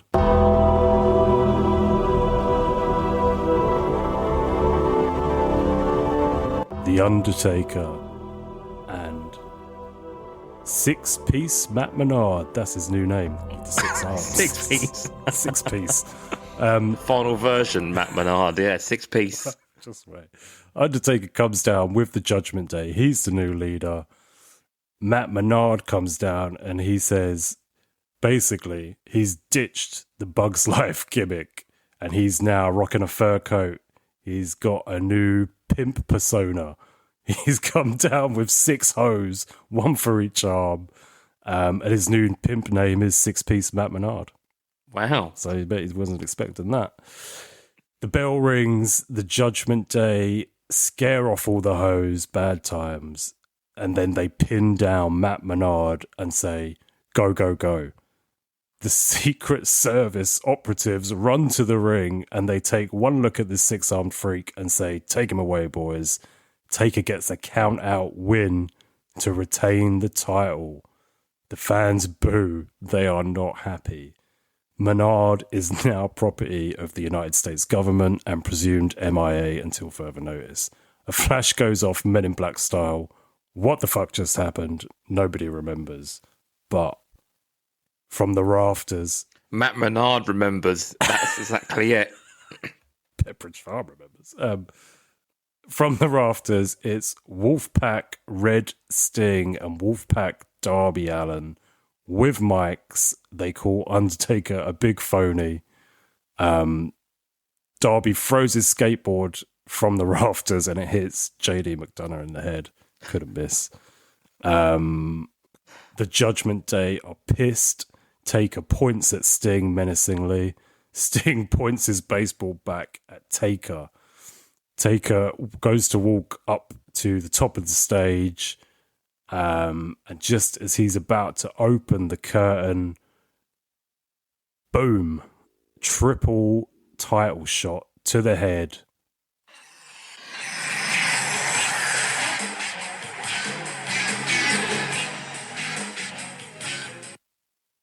It is the it is the NWO per se. It is the Trios champs, the FWF Trio champs.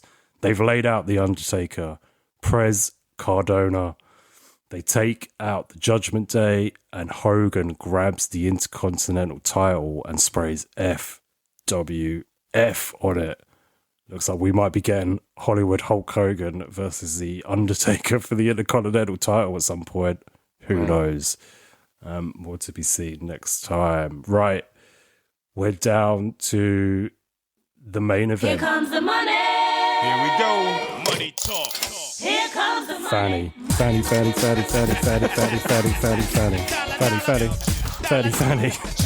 It's the Fanny in the Bank match.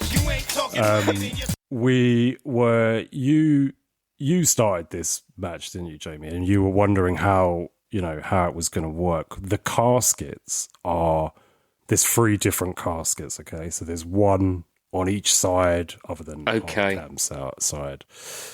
So Fanny in the Bank, the winner gets the golden fleshlight, and they can choose to do with it whatever they want. So we'll find out. It is The Miz versus Kane versus The Big Show versus Eddie Guerrero for the Fanny in the Bank. It's elimination style, so it's last man standing. But they are 2 tag teams, essentially. You've got Eddie and Show versus Kane and The Miz.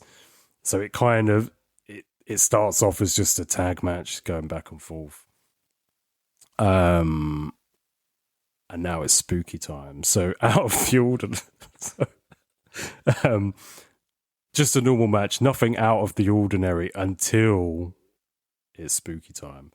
So all the casket doors swing open simultaneously.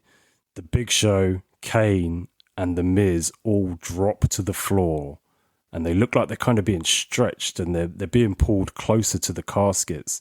They kind of look like they're in some kind of submission move, maybe. Kind of being dragged along the floor. All 3 are thrown into the caskets simultaneously. Doors close. Eddie's standing against the ropes laughing. He has won the Fanny in the Bank golden fleshlight. He gets to choose what to do with it. He holds it out in front of him and hands it over, but there's no one there. It's the ghost of Chris Benoit appears, hands him a Money in the Bank briefcase, and takes the golden fleshlight in return. He takes it back down to the depths and never to be seen again. So there's been a trade-off here. He's got a title shot, and we've seen the last of the fleshlight once and for all. It has been taken to the depths of hell. Heck of a story arc there. That's the result we wanted, though. We needed to draw a line under this. We needed to get rid of the fucking golden fleshlight. So the show ends with a beaten and bruised Kurt Angle, still beaten and bruised from WrestleMania.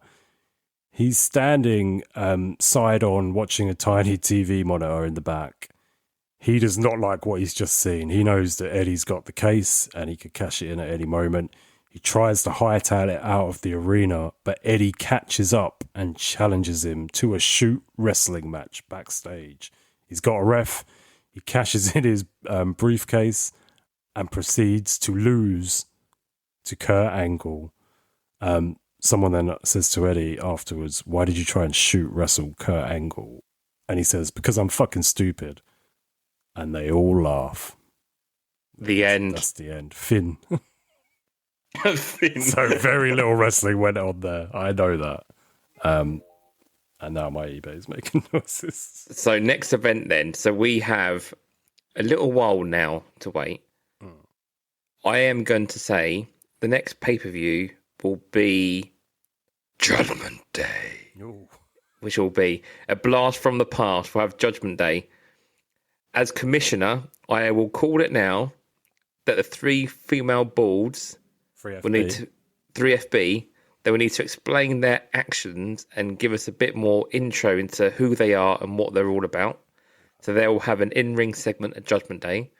We will then have some additional matches with the Super Extremist title. See what happens with Logan Paul. What happens with the Obafemi tag team and the Bushwhackers. What happens with that. And we'll see what happens with Wolfpack Sting. And of course, the FWF. What are their intentions? And what happened to the Three Kings? Will we ever see Matt Menard again? Who knows? Will we ever see Matt Menard? So all to come for Judgment Day. One thing we definitely won't see is the Golden Fleshlight. That is done. God. That is finished. I won't bring it up if you don't bring it up, and that's the end of it. It's Dave that I'm worried about. Dave's the reason it's here in the first place. Dave does WrestleMania. We've got a long while for that. So, nice. Well done, dude. Well done. Let's move on over to Slam Jam, Top Slam. But unfortunately, we don't have the only person who still plays it here, which is Dave. So, Top Slam done. Done. All I can probably assume is there's probably lots of Chrome product appearing on Slam. I don't know why you'd think that, but yeah, no, I'm sure there is. But yeah, no, I've done nothing. I'm any money that I have is not going on to Slam. It's not for me at the minute. So yeah, that's it. Cool. More on that next week. But we are going to do something a little bit different instead. Now, if you are from the UK, you might remember this if you're of a certain age. I wondered if you would remember it, Jamie, because you're that little bit younger than us. I mean, Dave always repeats these sort of things. So, yeah, I've seen it come round.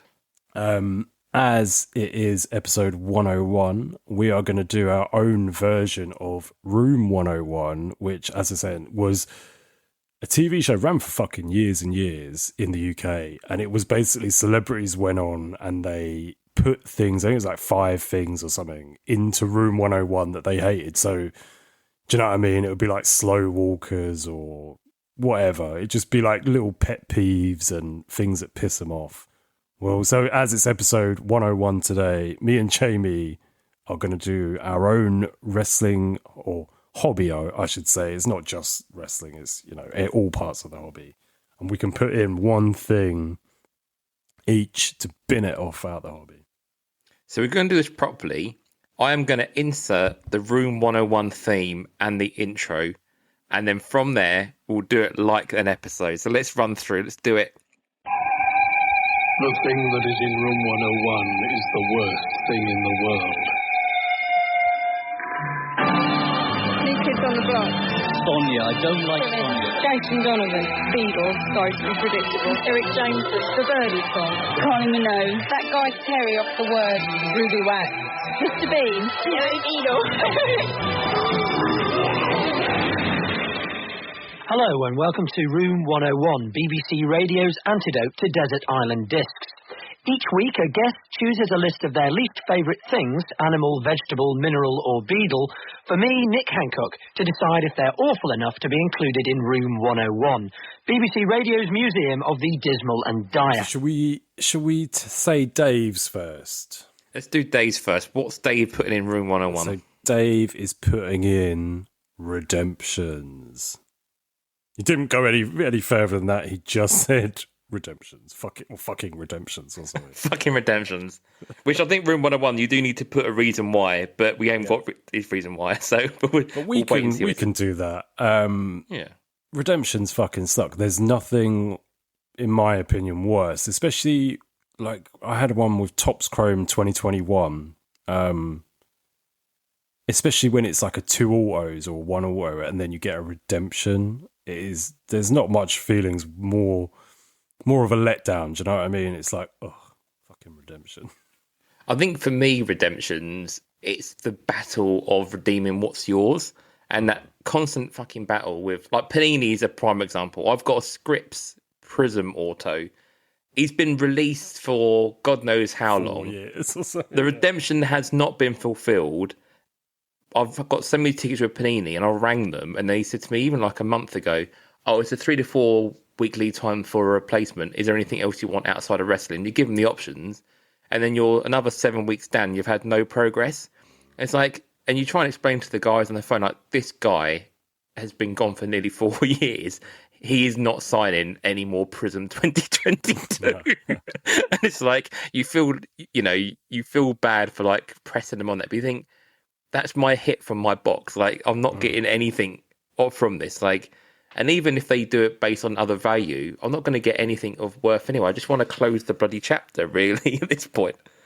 I did actually see something. Somebody who's spoken to Panini in the last week said that the rep told them that they just opened a case of Flawless.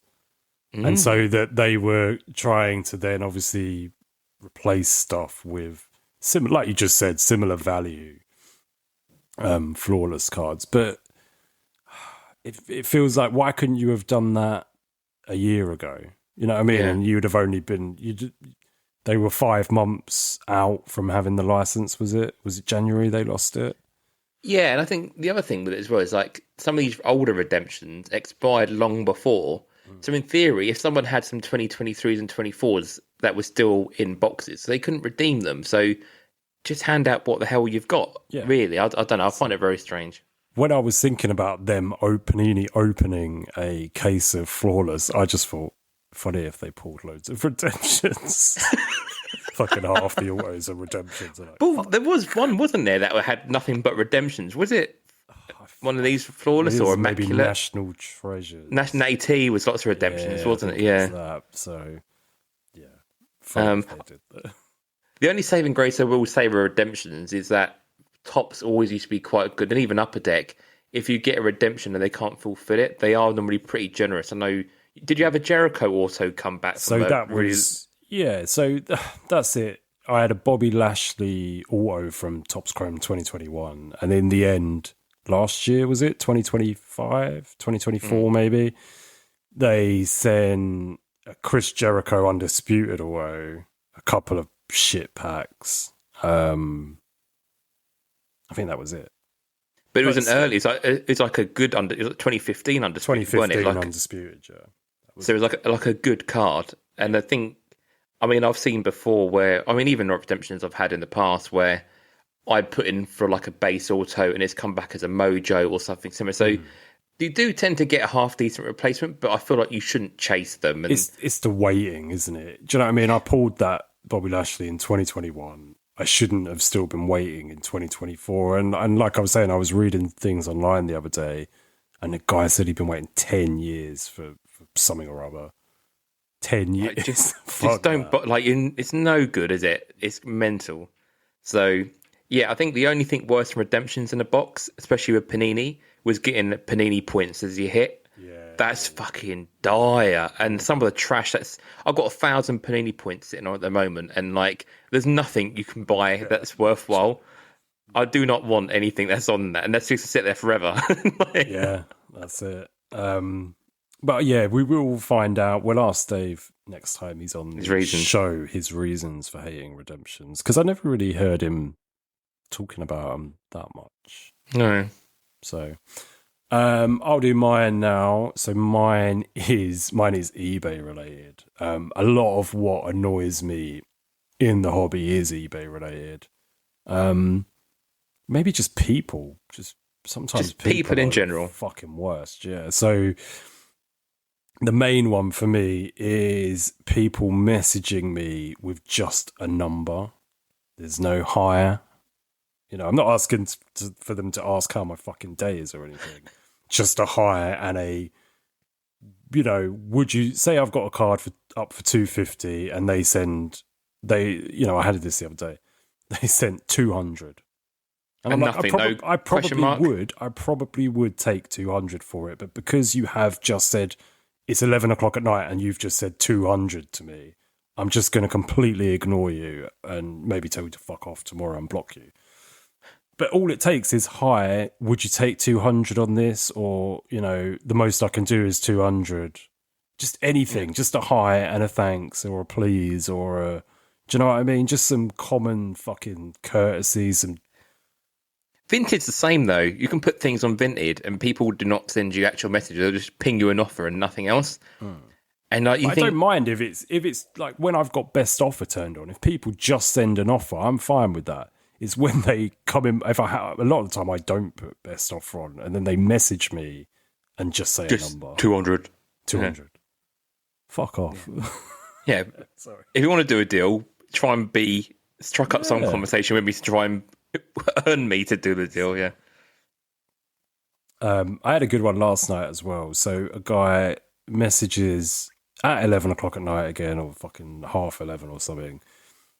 And he asks if I would take off. It was something like 60p. So I did it.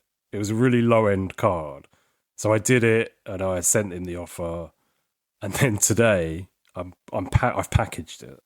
So I've used the material to package it. And he then asked to cancel it. He's put the wrong address. So I was like, yeah, it's fine, man. And then I relisted it. We're now 9 hours later or something, at 8 hours later, and he has not bought it. So it was total bullshit. So not only did I do him a favour by reducing the price to his random price that he wanted, he then fucking lied and then didn't buy it. Don't want it. And I'm just like, bro, if you don't buy it by the end of the day, I'm just going to block you. And then that's that. It's ridiculous. And that's the trouble. Like, it's like you haven't got time in your day to be faffing with that either. Like, you've got other things that are priority, and people just, people are so people. So this is it. When you don't message back, people go, oh, you're rude, or, whatever. And then when you do, and you do people favours, and then they just totally throw it back in your face, you're like, what was the fucking point in all of that? So yeah, that is my biggest thing. People sending numbers only. People not having manners is a good thing. Is a way of saying it as well, yeah.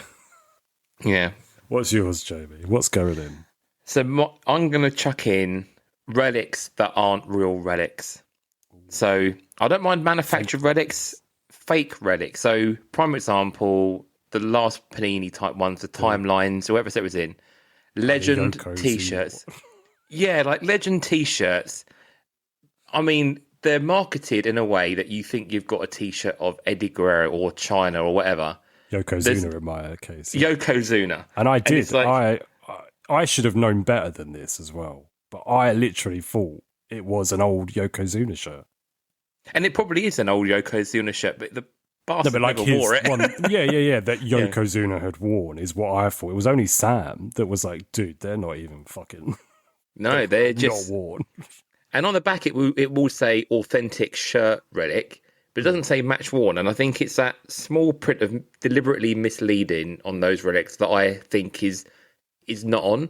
And you hear the conversations, especially when you hear people who PC these guys, and these are people's grail cards that they've picked up a DX dual relic, and you think it's great, but you think, mate, you've paid a lot of money for that, and it's just off WWE Shop, and they've just cut these fuckers up.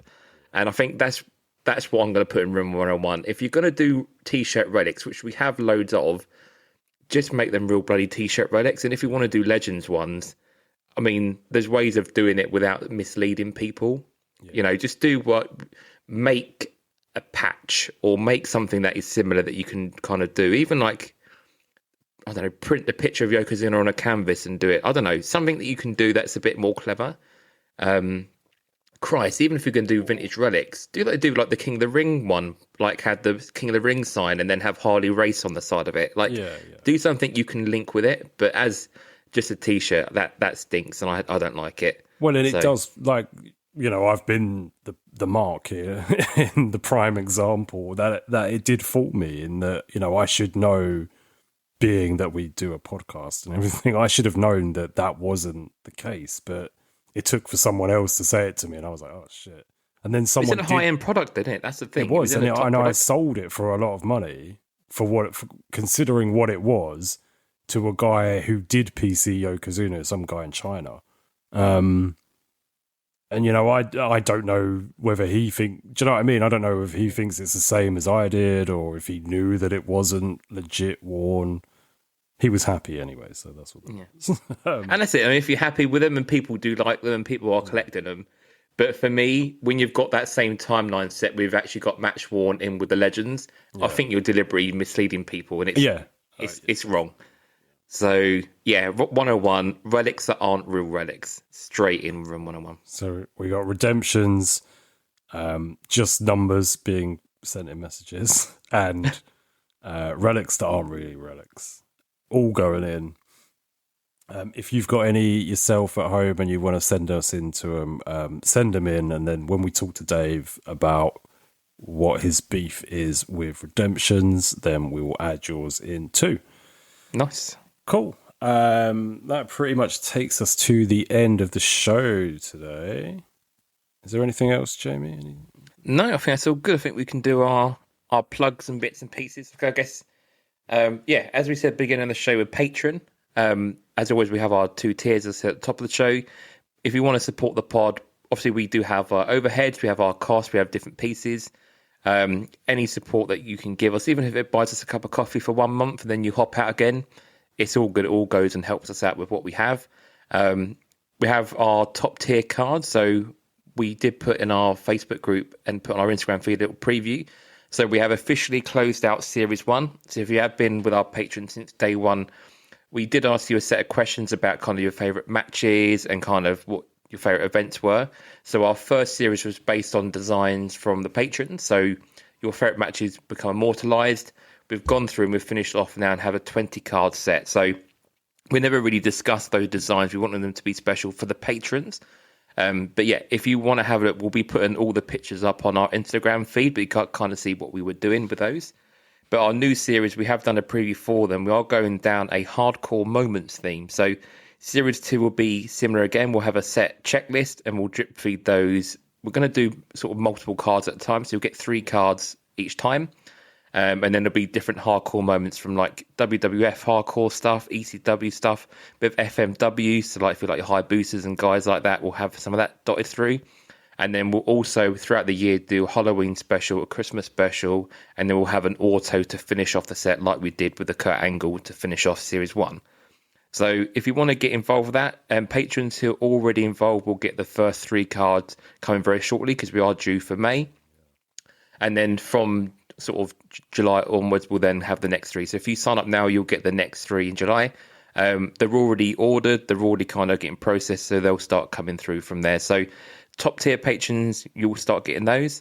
So look out for those in your inbox. We did put on our Facebook group, if there's any hardcore moments that you like or certain hardcore wrestlers, let us know in the comments. We'll then look to try and include those as like the patron picks, and we'll always continue to do that as part of that top tier. But again, have a look at the design, see what you like, and yeah, looking forward to seeing them kind of come through over the next sort of year, I guess. We'll be looking at doing those. So yeah. I really like them. I think they look sick. Little blood splat. I quite like doing the little blood splat on them, which is all good. But it's a genuine auto that we've got, so won't do any spoilers on it now. But we have got some autos that we'll put with that. Just the challenge of getting those kind of done. But yeah, looking forward to doing something a little bit different and something we can still get the patrons involved with there. So yeah, hop on board for those. They are only printed also to the numbers of patrons that we have. So again, it's very limited. There aren't loads of them available. We've just got what we have.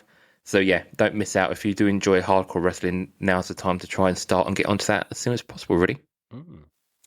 Very cool. So yeah, last few things from me is we should just quickly talk some card show stuff.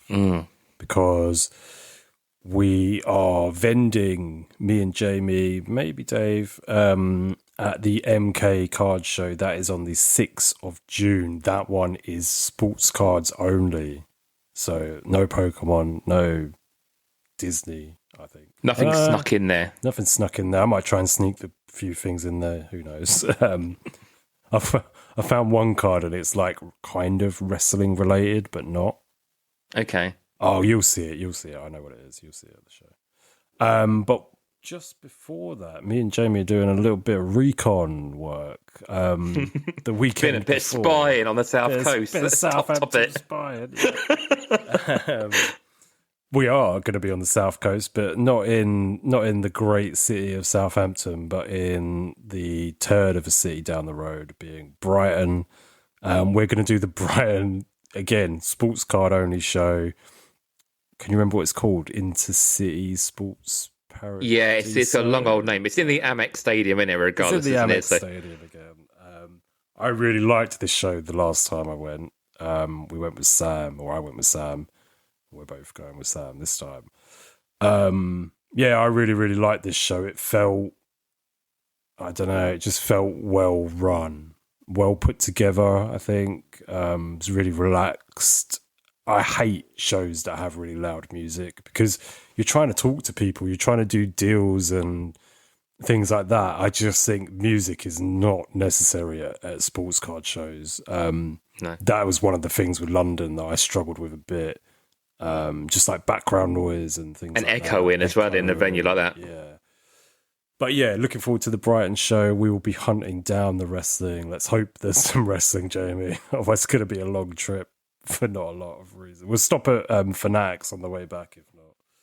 I mean, I am also going to try and take... I've got a few cards here which I probably won't keep in the PC, but they're enough trade baity that I'm going to try and take.